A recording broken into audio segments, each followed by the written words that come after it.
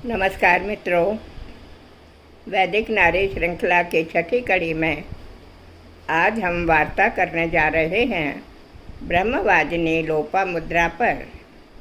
गृहस्थ जीवन और तप के मणिकांचन योग को सार्थक कर रही हैं लोपामुद्रा अपनी जीवनचर्या से।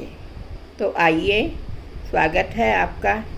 लोपामुद्रा लोपामुद्रा प्रसिद्ध गोत्रकार महर्षि अगस्त्य की पत्नी थी।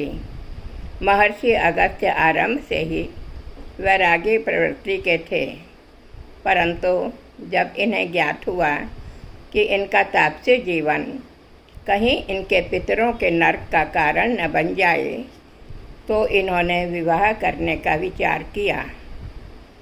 महर्षि अगस्त्य विदर्भ राज के पास गए। उन्होंने राजा से कहा, राजन, कन्या पिता के पास किसी की धरोहर होती है। उसका पालक पिता समय आने पर उसे पतिगृह जाने के लिए विदा करता है। आप अपनी पालित पुत्री का विवाह मुझसे कर दीजिए। विदर्भराज संकट में पड़ गए। राजसी ठाट बाट में पली मेरी पुत्री का विवाह इस वृद्ध तापस से होगा, यह सोचकर वे विचलित हो गए। वे महर्षि के सामने नतमस्तक हो खड़े रहे। महर्षि के शाप के डर से वे उनके अनुरोध को अस्वीकार भी तो नहीं कर पा रहे थे। महर्षि अगस्त्य पधारे हैं, यह सुनकर उनके दर्शन के लिए लोपामुद्रा अतिथि कक्ष की ओर चली। द्वार पर खड़ी हो उसने सुना उनकी माता श्री कह रही थी कि मैं अपनी पुत्री का विवाह इन वृद्ध तापस से नहीं करूँगी, भले ही हमें इनके कोप का भाजन होना पड़े। लोपामुद्रा के पहुँचते ही तीनों शांत हो गए। महर्षि के आगमन का कारण वह माता श्री के शब्दों से ही जान चुके थे। कुछ समय क्षण शांत रहने के बाद वह मानो अपना निर्णय सुनाते हुए बोले, पिताश्री, माताश्री, आप मेरा पाणी ग्रहण संस्कार इन ऋषिवर के साथ विधिवत कर दीजिए। पुत्री के विवाह का संयोग तो विधाता ही उसके भाग्य में लिख देता है, फिर ऋषि पत्नी बनने का गौरव भी तो सौभाग्य की बात है। अन्य कोई उपाय न देख विदर्भराज के ने महर्षि अगस्त्य के साथ पुत्री का ग्रंथि बंधन कर दिया। लोपामुद्रा ने राजसी वस्त्राभूषण त्याग मृग चर्म धारण किया और मंद गति से पति का अनुसरण किया। लोपामुद्रा को अपने अनुरूप बनाने के लिए ऋषि अगस्त्य गंगा द्वार पर जाकर घोर तप में लीन हो गए। लोपामुद्रा भी आश्रम के कठोर नियमों का पालन करते हुए उनकी सेवा करने लगी। उसके तप, व्रत, सदाचरण, पवित्रता, इंद्रिय निग्रह से ऋषिवर प्रसन्न थे। वह यशस्वी महापुरुष की यशस्विनी महाव्रता तापसी पत्नी बन चुके थे। तप की कांति से लोपामुद्रा का मुख दीप्यमान हो रहा था।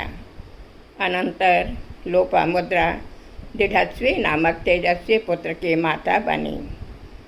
उसका पुत्र इतना विद्वान था कि बाल्यकाल से ही ऐसा जान पड़ता था मानो उपनिषदों सहित वेदांगों का अध्ययन कर लिया हो। सूर्य सम तेजस्वी पुत्र को प्राप्त कर उस दंपति का जीवन सार्थक हुआ।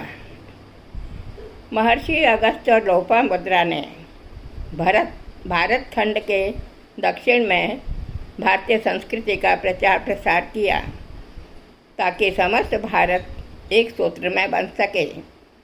दक्षिण में आवागमन के लिए जब विंध्याचल उनके मार्ग में बाधक हुआ, तो उन्होंने उसकी गति को अवरुद्ध कर दिया और मार्ग ढूंढ निकाला। इस विषय के कथा भी प्रचलित है। एक बार विंध्य पर्वत सूर्य का मार्ग रोकने के लिए गर्वपूर्वक ऊपर की ओर बढ़ता ही चला जा रहा था। कहीं दक्षिणवासी सूर्य के प्रकाश से वंचित न रह जाएं, ऐसा सोचकर ये दंपति पर्वत को लांघकर दक्षिण दिशा की ओर जाने लगे। इनके स्वागत में विंध्य ने इन्हें नमन किया। इस पर आशीर्वाद देते हुए अगस्त्य पर्वतराज से बोले, पुत्र, लौटते समय हम तुम्हारी इस बढ़ती हुई पर्वत श्रृंखला को कैसे पार कर पाएंगे? अतः जब तक हम दक्षिण से लौटकर वापस न आ जाएं, तुम इसी प्रकार विनत होकर खड़े रहना। लोक कल्याण हेतु ये पति पत्नी दक्षिण में ही वास करने लगे और विंध्य की गति रुक गई। ज्ञान के प्रकाश के उत्तर हो या दक्षिण, पूर्व हो या पश्चिम, सभी को समान रूप से आवश्यकता होती है। महापुरुषों के सत्प्रयास से विंध्य पर्वत जैसी कठिनाई भी बाधक नहीं हो सकती। लोक कल्याण के लिए किए गए इस दंपति के प्रयास कथाओं का कलेवर बनकर जन जन के मानस में स्थित हैं। अगस्त्य नक्षत्र आकाश के दक्षिण भाग में स्थित है। वर्षा की समाप्ति पर उसका उदय होता है। यह प्रकृति के उस रूप का प्रतिनिधित्व करता है जो जल का पान करके वर्षा ऋतु के अंत का संकेत देता है। वर्षा काल में बादलों में छुपे सूर्य के पुनः दर्शन कराता है। तमसोमा ज्योतिर्मय के उपासक हम भारतीय इस नक्षत्र के दर्शन करने को उसे श्रद्धा पूर्वक नमन करते हैं। तापसी जीवन इस दंपति के जीवन का आधार रहा है। लोपामुद्रा ने ऋग्वेद के 1.179 सूक्त का दर्शन अपने पति अगस्त्य के साथ किया। पति पत्नी मिलकर यदि इनके समान सत्कार्य में प्रवृत्त हों तो कठिन कार्य भी सुकर हो जाते हैं, चाहे वे कितने भी दुष्कर क्यों न हो। धन्यवाद।